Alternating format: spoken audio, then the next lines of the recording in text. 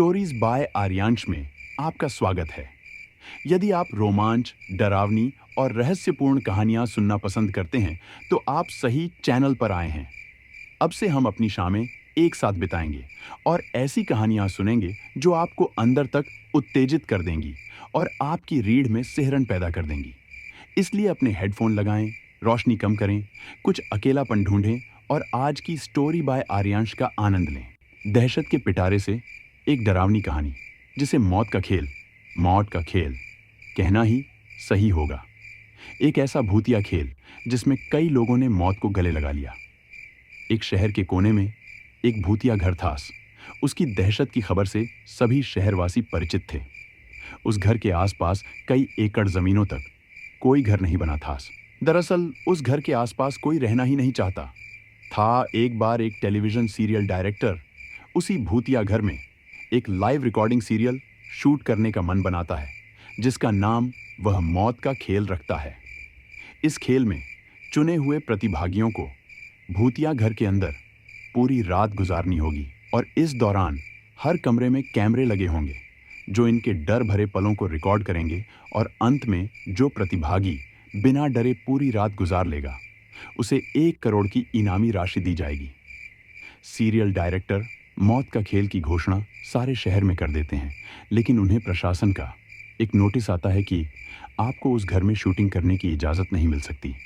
वह घर खतरे के दायरे में आता है। सीरियल डायरेक्टर बहुत नामी हस्ती था, इसलिए वह निजी तौर पर प्रतिभागियों की जिंदगी की सुरक्षा की गारंटी ले लेता है और कुछ शर्तों को लागू करने के बाद प्रशासन से उस भूतिया घर में सीरियल रिकॉर्ड करने की मंजूरी मिल जाती है, जिसके लिए उसे 2 गुने पैसे खर्च करने पड़ते हैं। प्रशासन की परमिशन मिलते ही पूरे शहर में मौत का खेल के पोस्टर चिपक जाते हैं।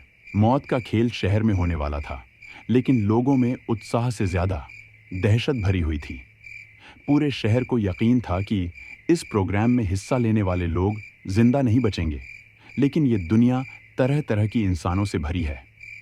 उस प्रोग्राम में इनाम की लालच में कुछ लोग हिस्सा लेने पहुंचते हैं। सभी प्रतिभागियों को उनके नंबर दिए जाते हैं और साथ ही उनके हाथ में एक इलेक्ट्रिक ब्रेसलेट बांधा जाता है। यदि उन्हें डर लगे तो वह उसमें लगी बटनों को दबाकर इस प्रोग्राम से बाहर आ सकते हैं। प्रतिभागियों में 12 लड़के और 3 लड़कियां होती हैं। दिन के समय ही बिल्डिंग के कमरों में कैमरे लगा दिए गए थे, क्योंकि रात को भूतिया आत्माएं उस बिल्डिंग के कमरों में दहशत का तांडव मचाती है और रात के समय अंदर जाने की हिम्मत बहुत कम लोग ही जुटा पाए थे। एक एक करके सभी प्रतिभागी अंदर चले जाते हैं। सभी अपने नंबर के हिसाब से अपने कमरे को चुनते हैं और अंदर जाते ही सभी को अंदर से ताला लगाकर चाबी बाहर फेंकनी होती है। दरवाजे का ताला इलेक्ट्रॉनिक बनाया गया था। उनके हाथ में लगे ब्रेसलेट के बटन दबाते ही वह ताला खुल सकता था, लेकिन यह बात उन्हें बताई नहीं गई थी। अगर किसी प्रतिभागी ने वह ताला खोला तो प्रतिभागी प्रतियोगिता से बाहर हो जाएगा, जो कि कैमरे की रिकॉर्डिंग में दिखाई देगा। सभी के कमरे में निर्देश देने के लिए स्पीकर लगाए गए थे। उसी से सभी को संकेत दिया जाता है कि सभी जल्द से जल्द अपने कमरे का ताला बंद करके चाबी दरवाजे के नीचे से बाहर फेंके और इसके बाद कमरे की लाइट बंद की जाएगी।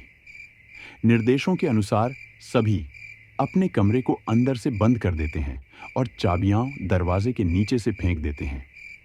कैमरे नाइट मोड रिकॉर्डिंग के अनुरूप लगाए गए थे, इसलिए भले ही प्रतिभागियों के कमरे में अंधेरा हो, लेकिन दर्शकों को टेलीविजन स्क्रीन में सब कुछ नजर आ रहा होता है। धीरे धीरे डर की दस्तक हो जाती है। प्रतिभागियों में से एक लड़की अचानक अपने कमरे में चीखने लगती है। उसे ऐसा लगता है कि कोई उसका गला दबा रहा है और वह छटपटाने लगती है। कुछ ही देर में वह डर से बेहोश हो जाती है। उसके बेहोश होते ही लाइव सीरियल देख रहे दर्शक घबरा जाते हैं। अचानक एक एक करके सभी प्रतिभागियों पर भूतिया हमले होने लगते हैं, लेकिन ताज्जुब की बात तो यह थी कि सभी प्रतिभागी अपने आप को स्वयं ही नुकसान पहुंचा रहे थे। एंड कैमरे की रिकॉर्डिंग में साफ साफ नजर आ रहा था। कोई अपने चेहरे पर खरोंच रहा था तो कोई अपना गला दबा रहा था और कई तो अपना सर भी दीवार से मारकर घायल कर रहे थे। उन दर्शकों का डर बढ़ते देख बिल्डिंग के नजदीक सरकारी अधिकारी पहुंच जाते हैं, क्योंकि प्रोग्राम को प्रशासन की शर्तों के अनुरूप रिकॉर्ड करने की परमिशन दी गई थी, जिनमें से एक शर्त यह भी है कि यदि किसी प्रतिभागी को शूटिंग के दौरान मेडिकल की ज़रूरत पड़ेगी तो तुरंत डॉक्टर उपलब्ध करवाया जाएगा, और जब सभी प्रतिभागियों को लाइव रिकॉर्डिंग में चोट लगने लगती है तो सभी प्रोग्राम को रोकने की आवाज़ उठाने लगते हैं। रातों रात प्रशासन पर दबाव बढ़ जाता है। दर्शकों में दहशत फैलते देख प्रोग्राम का प्रसारण रोकने के आदेश आ जाते हैं। तुरंत प्रोग्राम का टेलीकास्ट रुक जाता है और अब जद्दोजहद होने लगती है। सभी प्रतिभागियों को बचाने की फायर ब्रिगेड की गाड़ी बिल्डिंग के बाहर पहुंचती है, लेकिन रात के समय उस भूतिया बिल्डिंग के अंदर जाने की हिम्मत फायर फाइटर्स की भी नहीं होती। सभी बाहर से खड़े होकर प्रतिभागियों की मौत का तमाशा देख रहे थे, क्योंकि सभी उस बिल्डिंग के खूनी इतिहास से अच्छी तरह वाकिफ थे। कमरे में लगे हुए स्पीकर की मदद से सीरियल का डायरेक्टर प्रतिभागियों को ब्रेसलेट का बटन दबाकर बाहर आने का निर्देश देता है, लेकिन किसी प्रतिभागी को स्पीकर से कोई आवाज़ सुनाई नहीं देती और न ही प्रतिभागी इतने कंट्रोल में थे कि वह ब्रेसलेट की बटन दबा सकें। देखते ही देखते सभी प्रतिभागी लाइव रिकॉर्डिंग में ही आत्महत्या कर लेते हैं, लेकिन सब जानते थे कि यह भूतों के द्वारा किया गया नरसंहार है। सुबह होते ही सबकी लाशें निकाली जाती हैं और सीरियल डायरेक्टर को भारी मुआवजे के साथ कई साल की जेल की सज़ा सुनाई जाती है और उस बिल्डिंग को हमेशा के लिए नो विजिट जोन घोषित कर दिया जाता है। मुझे उम्मीद है आपको कहानी पसंद आई होगी। यदि हाँ, तो कृपया चैनल को लाइक और सब्सक्राइब करें, और हाँ, कमेंट में बताएं कि आप यह कहानी कहाँ से सुन रहे हैं। मुझे सचमुच यह जानकर अच्छा लगेगा कि मेरी आवाज़ और विचार कहाँ तक पहुँच रहे हैं। अगली बार तक शुभ रात्रि।